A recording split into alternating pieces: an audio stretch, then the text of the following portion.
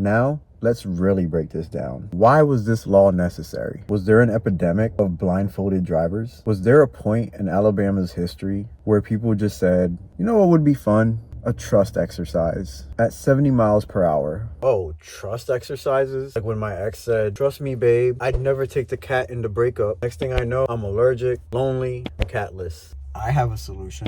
Oh yeah? Get over it. I get it. Lawmakers want to be thorough, but that's like making it illegal to drink motor oil. Who's doing this? And even if someone did drive blindfolded, what are they gonna do when they get pulled over? Oh, officer, I had no idea. I couldn't see the sign. This is why insurance rates are high. Oh, okay. So let me get this straight. Someone cuts you off, brake checks you, then flips you off, and you're just supposed to say, oh dear heavens, what a silly little mix-up. I hope they have a truly splendid day. Yeah, and next thing you know, you're in handcuffs for calling a Camry driver a rolling traffic cone. This is oppression. Correction. This is why you have 3 pending tickets. Bro, I drive a manual transmission Audi. That alone means I'm swearing at least 5 times before I leave my parking spot. Imagine getting pulled over for road rage and the cop's like, sir, we got reports that you called a Prius driver a rolling traffic cone. Step out of the vehicle. Yeah, no. I'm failing that law every single day. Now, hold on.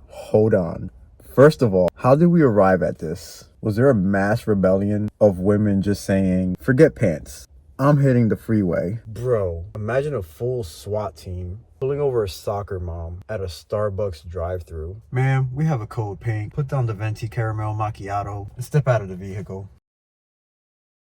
I feel like we shouldn't have to say this. If you're driving through a playground, you don't need a ticket.